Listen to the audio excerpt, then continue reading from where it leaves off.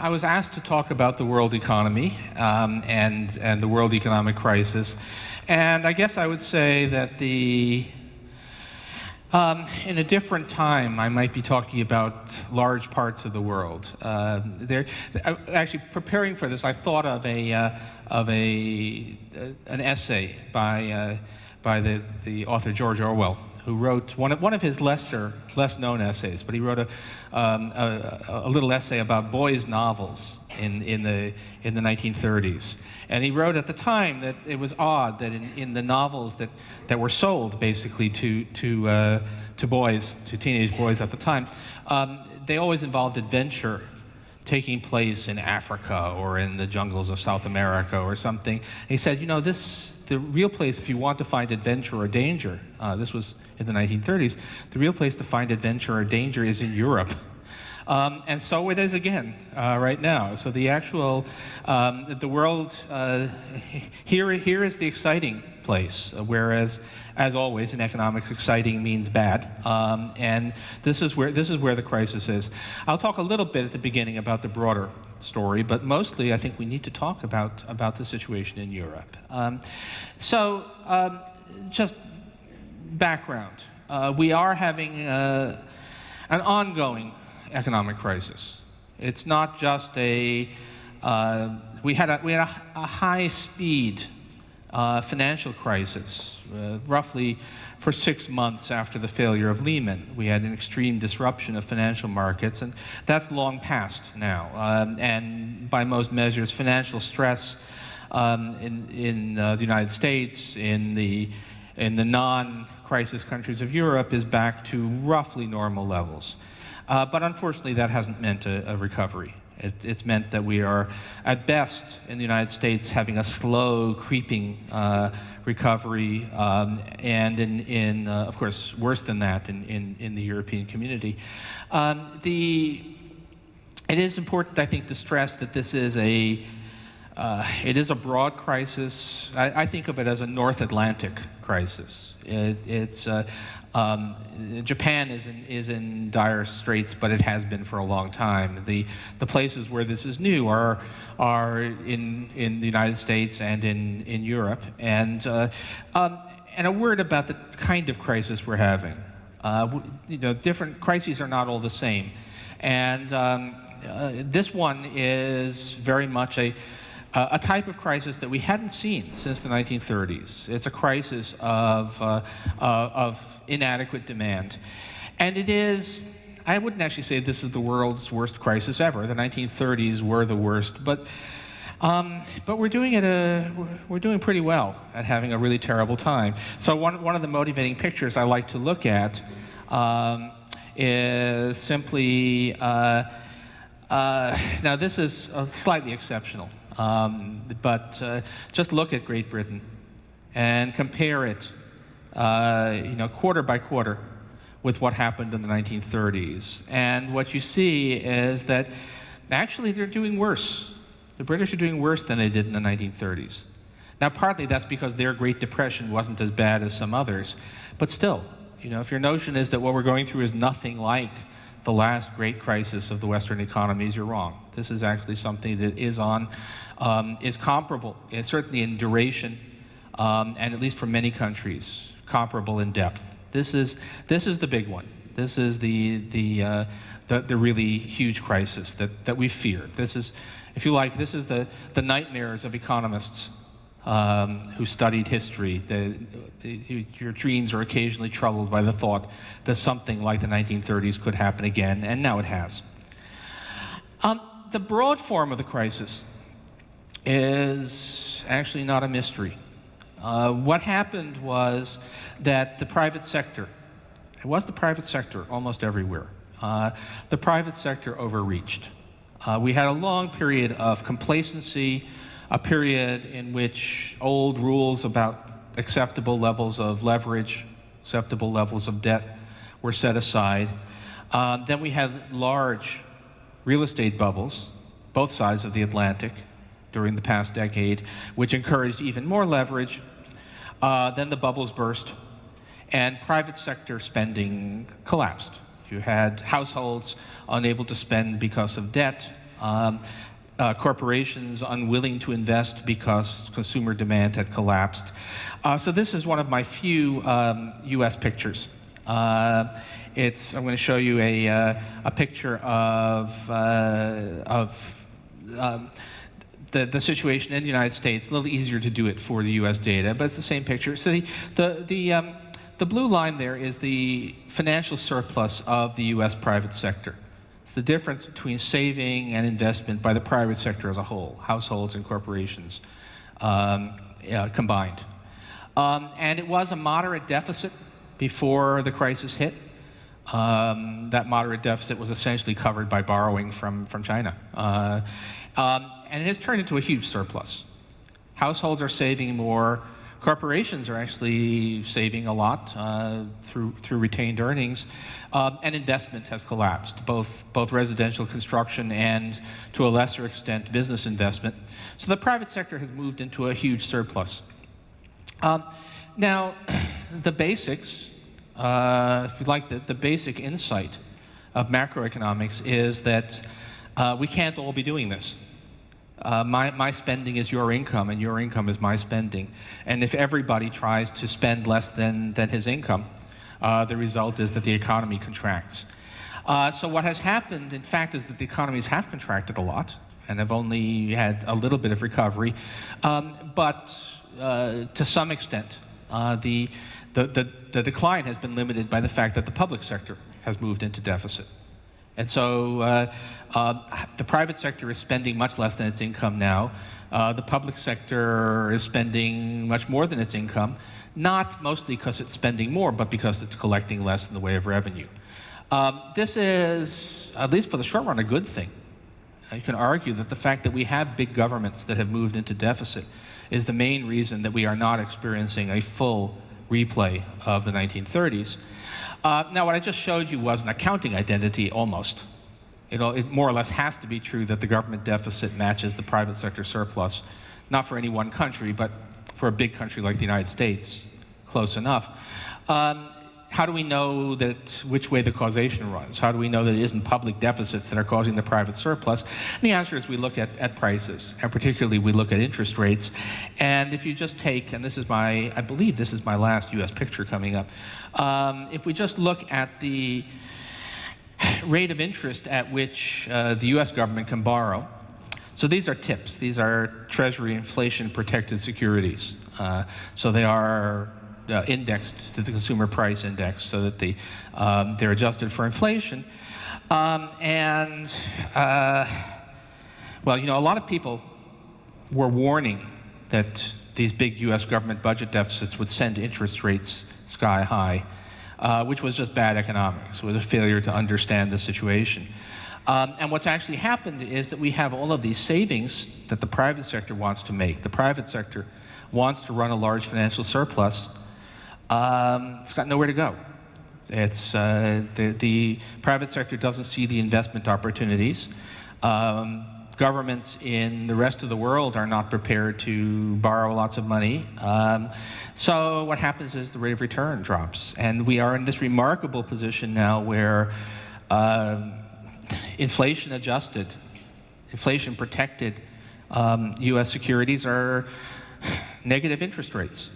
We're in a situation right now where the private sector sees so few opportunities to spend that it's prepared to actually, as long as the U.S. federal government will protect it against inflation, it's willing to actually pay the federal government to hold its savings safe. Which is true, by the way, it's true of all of the governments that are perceived as being safe, which really amounts to every advanced country that still has its own currency. So this is true for Germany, it's true for the UK, it's true for Sweden. We're all in a position of borrowing very, very cheaply right now. The problem with our economy, the problem with the US economy, is simply that there isn't enough spending. We're depressed because collectively the private sector is not willing to spend enough to make use of the capacity that's out there. It's not willing to spend enough to employ the 13 million people who are out of work and the 4 million people who've been out of work for more than a year. And in the United States, my policy recommendation, which is clear, simple, and getting absolutely nowhere in the political environment, is that we should be spending more, that we need fiscal stimulus, backed up by some more expansive policies from the Federal Reserve. So the U.S., the answers are easy for the United States. Also easy and also impossible, right? So that's been the tale in a lot of ways of the past several years, is that it's very clear, at least to me, what we should be doing. The trouble is that our political system isn't interested in doing the right thing. But that's our problem. And I guess I would say that these past several years, there's kind of a competition between the United States and the European Union. We're trying to see who can do a worse job of responding to this crisis. And at the moment, you guys are winning. You're ahead in that race to the bottom. Give us time, though. So ask me again after the November election in the United States. But for the moment, Europe is winning that race to make the worst job of it. Okay. The European situation is much more difficult inherently than the U.S. situation. So the U.S. situation, if we only had political consensus and intellectual clarity, it would be straightforward to see how to resolve it. The U.S., we could simply provide a bunch of aid to reverse the austerity that's been taking place at the state and local level. We could convince my former department chairman at Princeton, now demoted to running the world, Ben Bernanke. We could convince him to do the things he advised the Japanese to do back in the year 2000, and the U.S. problem would be over. So politics is the problem, but we have Europe is much more difficult because Europe did something that was a noble enterprise and something that got a lot of people excited, seemed to be the right thing to do, seemed to be the vision for the future, but was actually, in retrospect and to some extent, even in prospect, a really bad idea, which was to introduce the single currency. So Europe went over to a single currency. With a lot of warnings, by the way, that this was going to be really problematic. You can go back. I was fairly involved in the debates over the desirability of the euro back around 1990, 1991. And quite a few objections were raised that the preconditions were not there. Some of those arguments are really clear now. So actually, before I even get into the whole thing of what should be done now and what will be done, which may not be at all the same thing, just to give you an example of the problems. So let me tell you about two economies that look in many ways very, very similar, which is the economy of Ireland and the economy of the state of Nevada. So they're identical. I mean, not the view out your window, obviously, but they both had similar size housing bubbles. They both have similar unemployment rates right now. Both had an extreme bubble, collapsed bubble, severe recession. But Ireland is in a fiscal crisis, and Nevada is not. And the reason is in Nevada, a lot of retired people in Nevada, those retired people get their pensions from the U.S. federal government in Washington. They get their health care from the U.S. federal government in Washington. To the extent that Nevada benefits from the U.S. military as a defense establishment, that's paid for from Washington. So Nevada, I actually been trying to do some numbers on this. As best I can make out, Nevada is receiving aid from the federal government. We don't call it that because it's all automatic. But if you include the payments of Social Security, Medicare that are not paid for by taxes, if you include the unemployment benefits, which come from Washington, the food stamps, Nevada is effectively receiving transfers, not loans, but transfers from the U.S. federal government on the order of around 6% or 7% of GDP. In other words, Nevada is receiving aid on a scale that no European crisis country can, in its wildest imagination, dream of receiving. That's because we have a truly federal system, which is why the US can work fairly easily with a single currency. Europe cannot. So Europe has a much more difficult thing. Trying to make this single currency work was always going to be difficult. We should have seen it coming. The problem in Europe, from my perspective, is the one that everyone worried about, if you were sensible, 20 years ago, which is the problem of asymmetric shocks, the problem of something happening that differentially affects different parts of the currency zone, and the lack of any good way to adjust to those shocks. At the time, I think the view was pretty much that sound policies would ensure that there would be no major asymmetric shocks, which was always a foolish notion, if you ask me. But in any case, what happened was the mother of all asymmetric shocks. And so we've had this terrible, terrible dilemma within the European system. Now, for the European, a lot of the argument, so for the last 2.5 years, really ever since Greece hit the skids fiscally, the European official view has been that this is all about fiscal responsibility. It's all about governments that were profligate, and now they have to make up for that with austerity. Here's the list of countries for which that story has some truth, the full list of countries for which that story has some truth. Greece, end of list. Greece is completely unique. The Greek story is infuriating because the Greeks have actually poisoned the well for everybody else. The rest of the countries did not do fiscal irresponsibility, at least not what was seen as being fiscally irresponsible at the time. And the quintessential crisis country now, the core of the problem, is actually Spain. And just as a reminder, because people do forget this, here's a comparison of Spain and Germany before and after the crisis. This is, let's see if we can get to the next one. Oops, sorry, go back. Well, in between, right where we skipped. Okay, this is the public debt to GDP ratio in Germany and in Spain during the run-up to the crisis, and by the way, even now. Now this will start to move fairly quickly, I guess, because Spain is about to have the Irish experience of finding that the liabilities of the banks are in fact liabilities of the public sector. But up until now, even now, Spain has a lower debt to GDP ratio than Germany. And of course, during the run-up to the crisis, Spain was running budget surpluses, had a growing economy, so its debt levels were falling. Spain appeared to be an icon of fiscal responsibility.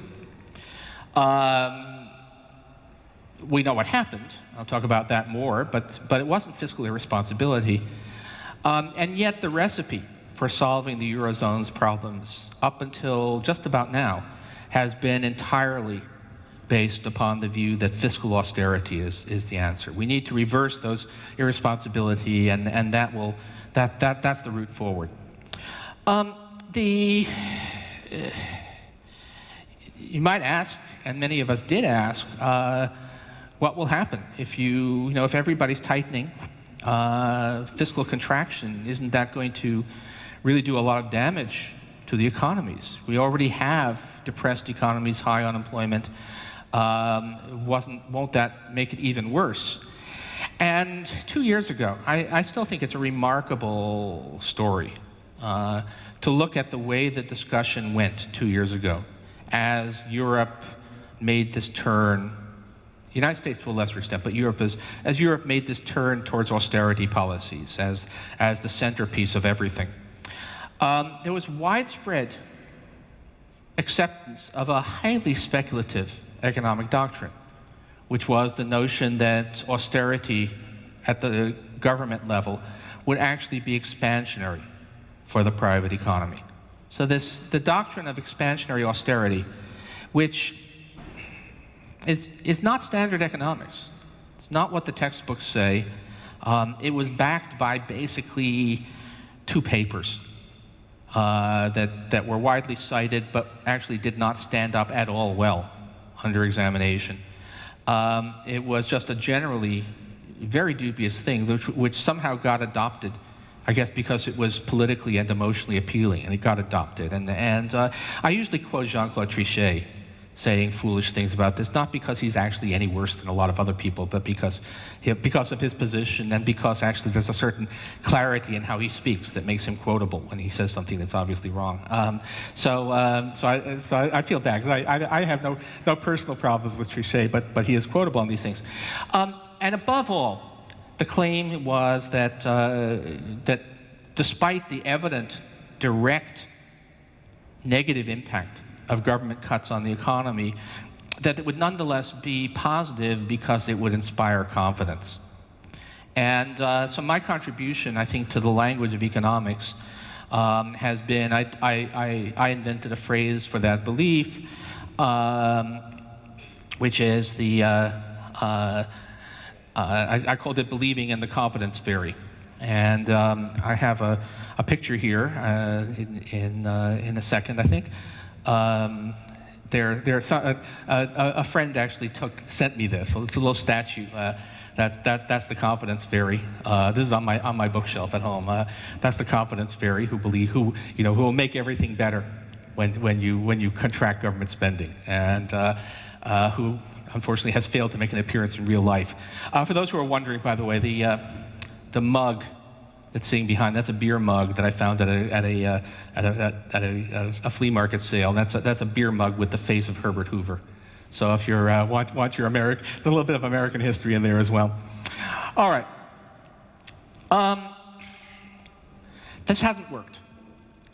If you were thinking that that austerity was going to actually inspire confidence and lead to a European expansion, it hasn't worked out that way at all. And at this point, I guess for future textbooks, we'll be in a position to, when somebody says, how do we know that this stuff you say about Keynesian economics, that says that fiscal expansion boosts the economy and fiscal contraction shrinks the economy, how will we know? And it actually, historically, it's been very hard to provide really clear evidence, because big changes in fiscal policy don't happen that often. For the United States, most of our evidence comes from wars. Actually, most places, mostly comes from wars. Military buildups and military drawdowns are the major examples. Those, fortunately, don't happen very often. And also, they don't, they're often accompanied by other things happening.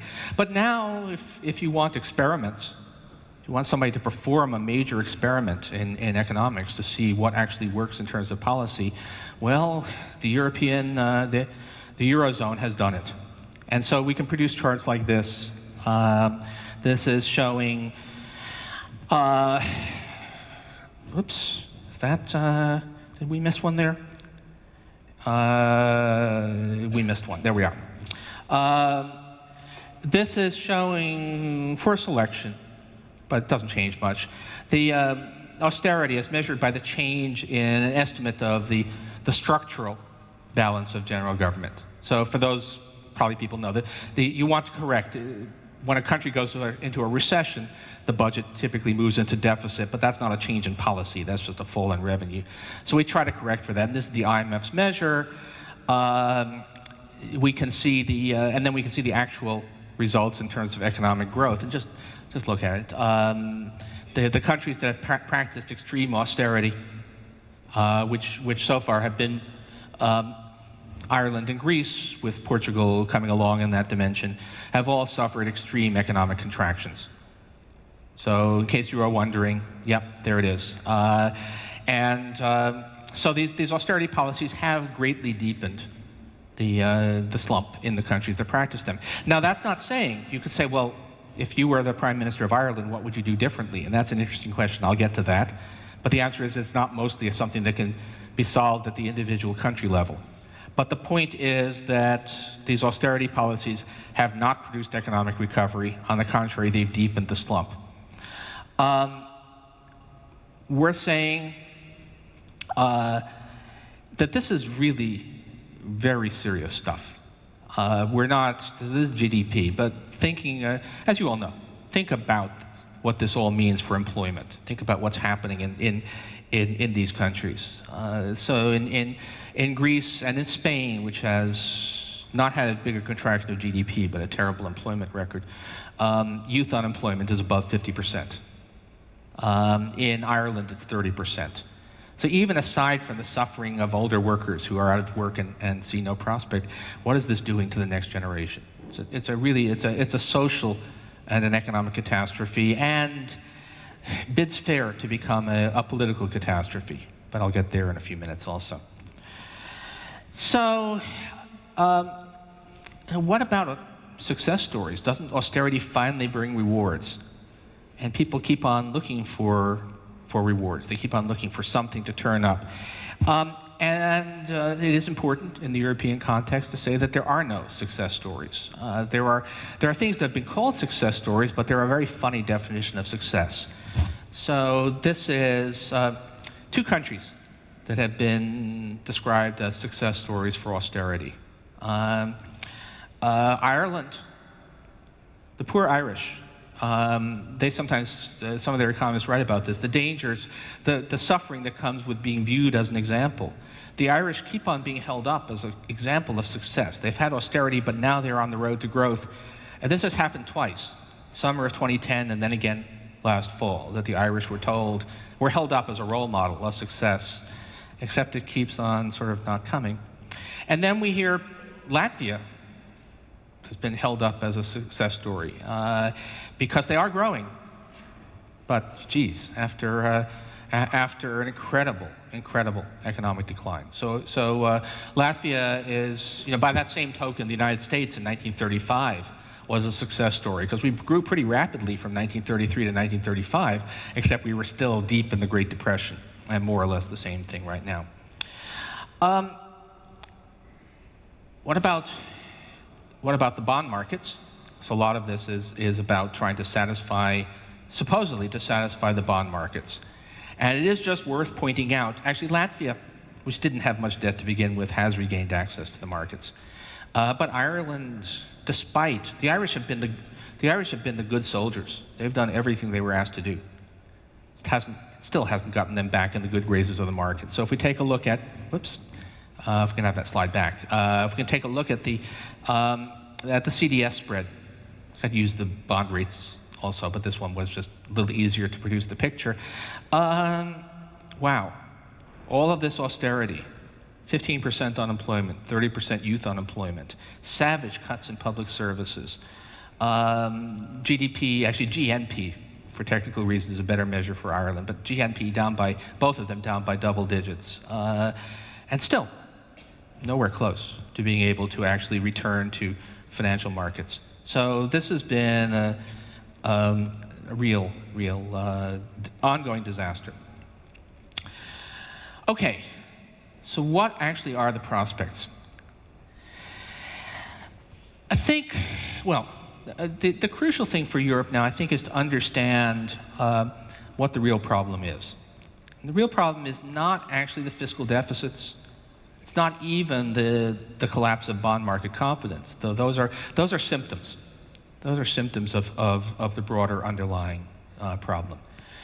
The fundamental problem within the Eurozone is that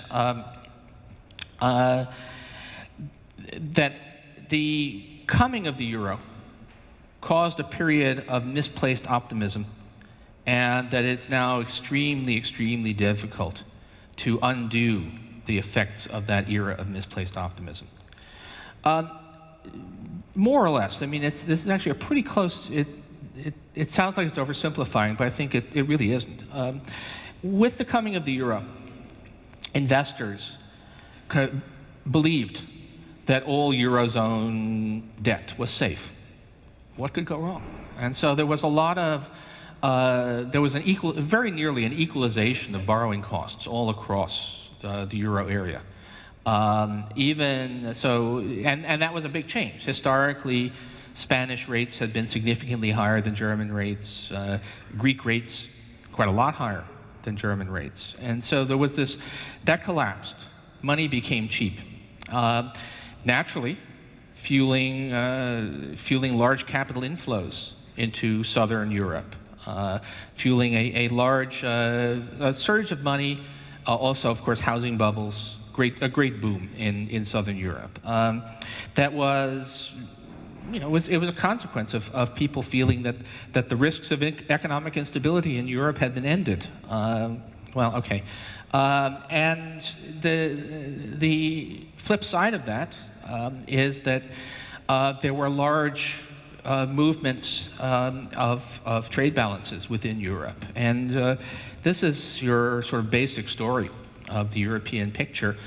So these are the current account balances of, measured as a share, by the way, of the combined GDP of the euro area, just as a kind of a way to normalize it, of Germany on the one side, and so that's Greece, Ireland, Portugal, Spain, Italy. I know people like other versions of that acronym. I think that, actually it turns out there's no good way to do this. If you use pigs, then people say you're being racist, but it turns out that using this one, I also get accused of being racist. I don't know what to do here, but anyway, the crisis countries, which are, by the way, just to think about the scale of this, now that Italy is in that club, this is now a third of European GDP. So we're no longer talking about some small peripheral problem. We're talking about a good, solid third of the European economy is in crisis. This is all money, this is a vast flow of money from north to south, roughly speaking. Ireland, a little bit funny case, but basically, flow of money from north to south. Who's responsible for that? Well, with the exception of the government of Greece, it's not governments at all. It's private sector. Private sector transactions, there were two sides to those transactions. So there's this tendency now to say, oh, look at those Spaniards who borrowed irresponsibly. But if a Spanish caja makes what turns out to have been a bad housing loan, which was financed by borrowing on the wholesale market from a German Landesbank, who exactly is the guilty party here? And I think the answer is nobody. Everybody was over-optimistic. It was just a general belief that nothing really bad could happen. There are things that have been called success stories, but they're a very funny definition of success. So this is two countries that have been described as success stories for austerity. Ireland, the poor Irish. They sometimes, some of their economists write about this, the dangers, the suffering that comes with being viewed as an example. The Irish keep on being held up as an example of success. They've had austerity, but now they're on the road to growth. And this has happened twice, summer of 2010 and then again last fall, that the Irish were told, we're held up as a role model of success, except it keeps on sort of not coming. And then we hear Latvia has been held up as a success story because they are growing. But geez, after an incredible economic decline. So Latvia is, by that same token, the United States in 1935 was a success story because we grew pretty rapidly from 1933 to 1935, except we were still deep in the Great Depression, and more or less the same thing right now. What about the bond markets? So a lot of this is about trying to supposedly to satisfy the bond markets. And it is just worth pointing out, actually Latvia, which didn't have much debt to begin with, has regained access to the markets. But Ireland, despite, the Irish have been the good soldiers. They've done everything they were asked to do. It still hasn't gotten them back in the good graces of the market. So if we take a look at, whoops, if we can have that slide back. If we can take a look at the CDS spread, I'd use the bond rates also, but this one was just a little easier to produce the picture. Wow, all of this austerity, 15% unemployment, 30% youth unemployment, savage cuts in public services, GDP, actually GNP, for technical reasons, is a better measure for Ireland, but GNP down by, both of them down by double digits, and still nowhere close to being able to actually return to financial markets So this has been a real ongoing disaster. Okay, so what actually are the prospects? I think, well, the crucial thing for Europe now, I think, is to understand what the real problem is. And the real problem is not actually the fiscal deficits. It's not even the collapse of bond market confidence, though those are symptoms. Those are symptoms of the broader underlying problem. The fundamental problem within the Eurozone is that that the coming of the euro caused a period of misplaced optimism, and that it's now extremely difficult to undo the effects of that era of misplaced optimism. More or less, I mean, this is actually a pretty close, it sounds like it's oversimplifying, but I think it really isn't. With the coming of the euro, investors believed that all Eurozone debt was safe. What could go wrong? And so there was a lot of, there was very nearly an equalization of borrowing costs all across the euro area. Even so, and that was a big change. Historically, Spanish rates had been significantly higher than German rates, Greek rates quite a lot higher than German rates. And so there was this, that collapsed. Money became cheap. Naturally, fueling large capital inflows into Southern Europe, fueling a large surge of money, also, of course, housing bubbles, a great boom in Southern Europe. That was, you know, it was a consequence of people feeling that the risks of economic instability in Europe had been ended. Well, okay. And the flip side of that is that there were large movements of trade balances within Europe. And this is your sort of basic story of the European picture. So these are the current account balances of, measured as a share, by the way, of the combined GDP of the euro area, just as a kind of a way to normalize it, of Germany on the one side, and so that's Greece, Ireland, Portugal, Spain, Italy. I know people like other versions of that acronym. I think that, actually, it turns out there's no good way to do this. If you use pigs, then people say you're being racist, but it turns out that using this one, I also get accused of being racist. I don't know what to do here, but anyway, the crisis countries, which are, by the way, just to think about the scale of this, you know, now that Italy is in that club, this is now a third of European GDP. So we're no longer talking about some small peripheral problem. We're talking about a good, solid third of the European economy is in crisis. This is all money, this is a vast flow of money from north to south, roughly speaking. Ireland, a little bit funny case, but basically, flow of money from north to south. Who's responsible for that? Well, with the exception of the government of Greece, it's not governments at all. It's private sector. Private sector transactions, there were two sides to those transactions. So there's this tendency now to say, oh, look at those Spaniards who borrowed irresponsibly. But you know, if a Spanish caja makes what turns out to have been a bad housing loan, which was financed by borrowing on the wholesale market from a German Landesbank, who exactly is the guilty party here? And I think the answer is nobody. Everybody was over-optimistic. It was just a general belief that nothing really bad could happen, which of course was wrong. The counterpart of these capital flows was they have to be, the capital flows translated to trade imbalances. What's the mechanism through which that happens? It's basically differential inflation.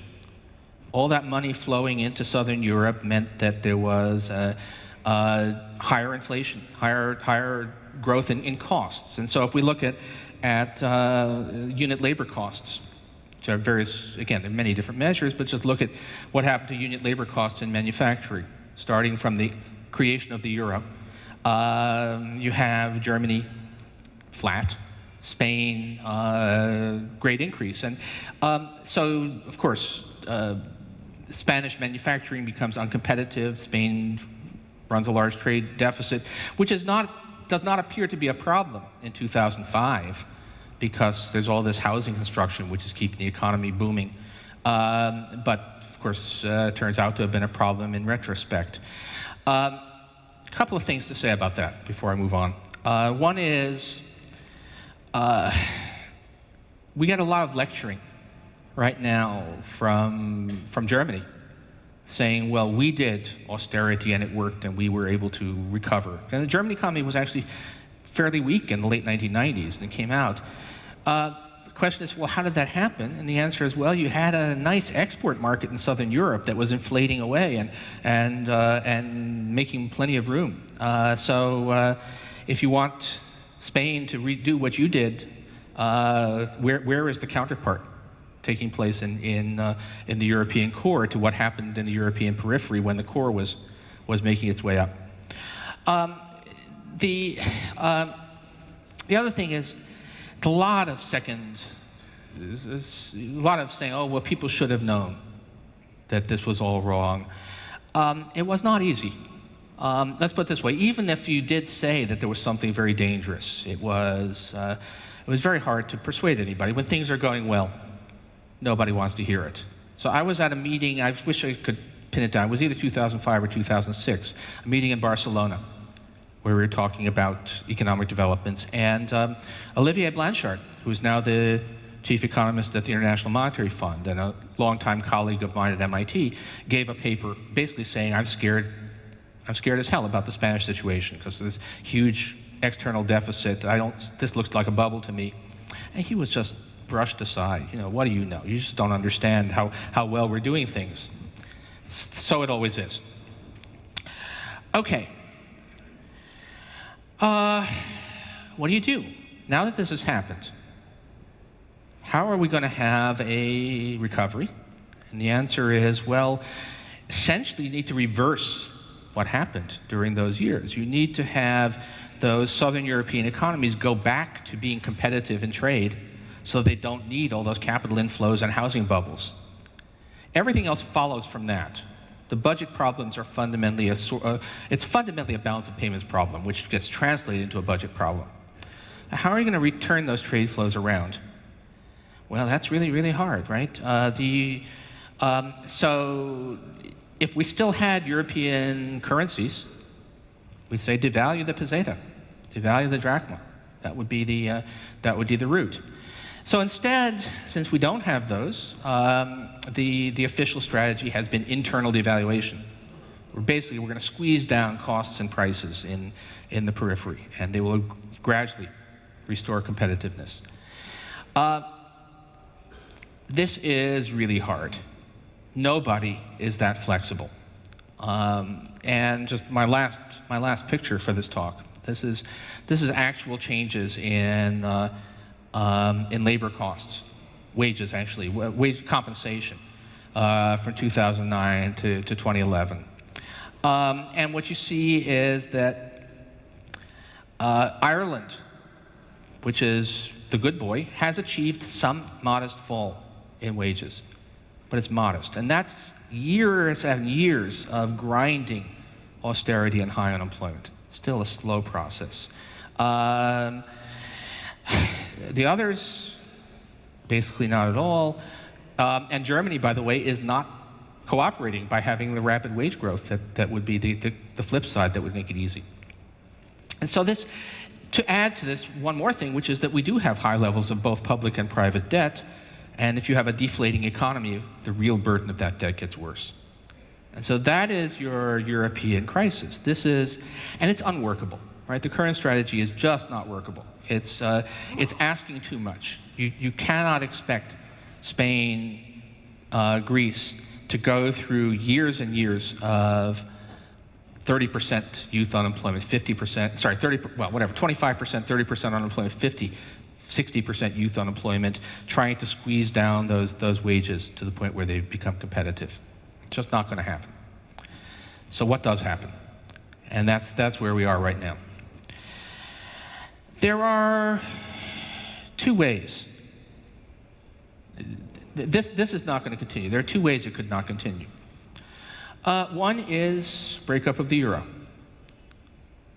Perhaps one country at a time, but countries leave. They reintroduce a new currency. This is nightmarish.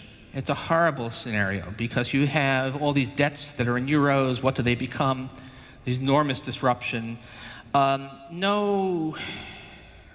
think it's basically no prime minister can go and say, okay, I've decided we're going to leave the euro, because he will be held responsible for the chaos that results. Which doesn't mean it can't happen, because what can happen is that simply things fall apart and you're off. And among other things, the prime minister is booted out and a new government comes in.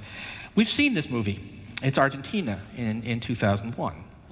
It was easier for them because they still did have their own currency, although it was supposedly immutably pegged to the dollar.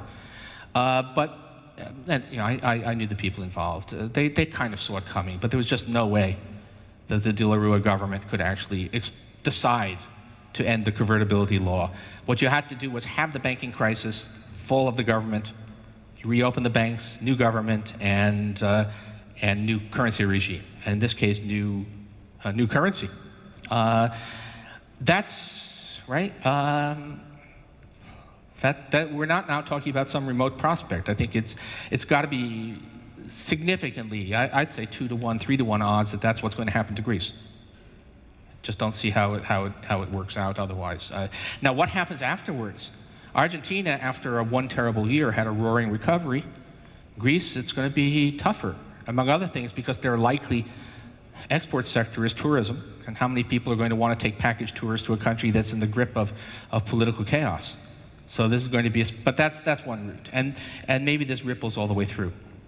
The other route out is change in European policy. I think too late. Greece is probably beyond.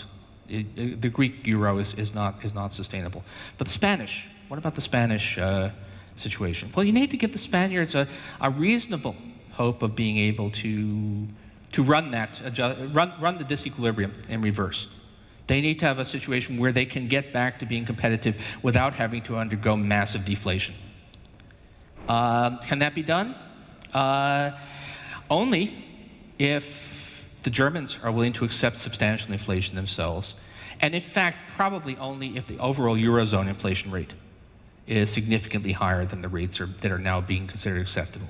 So give me 3.5% Eurozone inflation, 4.5% German inflation, and maybe this thing is workable. Okay, so what everybody says is that's impossible. They'll never accept that, although the Germans made an interesting statement yesterday that suggested that at least a small step toward realism. But when you say, but how about a breakup of the euro? Well, that's also impossible. So, but one of these things is going to happen. So one of these two impossible things is going to happen. And I guess 50-50 odds, right? Since we have no way of really assessing. This is a political question, but they're very serious. And this is extraordinary. It's extreme. Last thing, because I know I've run over on time. What about the political implications? Failure of the euro would be a terrible, terrible thing. The European project. I think the euro was a mistake. If I could go back in a time machine, I'd run into the hall at Maastricht and say, "Don't do it," right? Big mistake.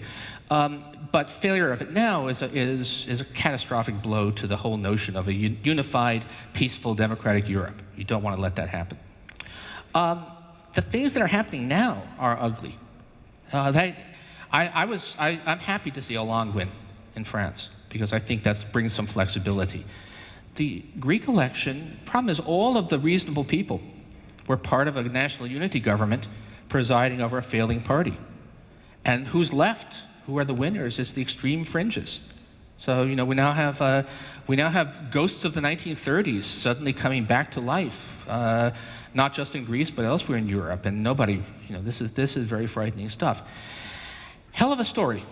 And I guess I'm praying that Frankfurt and Berlin find a way to drop their notions of what is right and proper and realize that this is not a morality play, and that they have to accept some things that they don't really like if they want to save the European project, which they damn well better do, or we'll all pay the price. Thank you.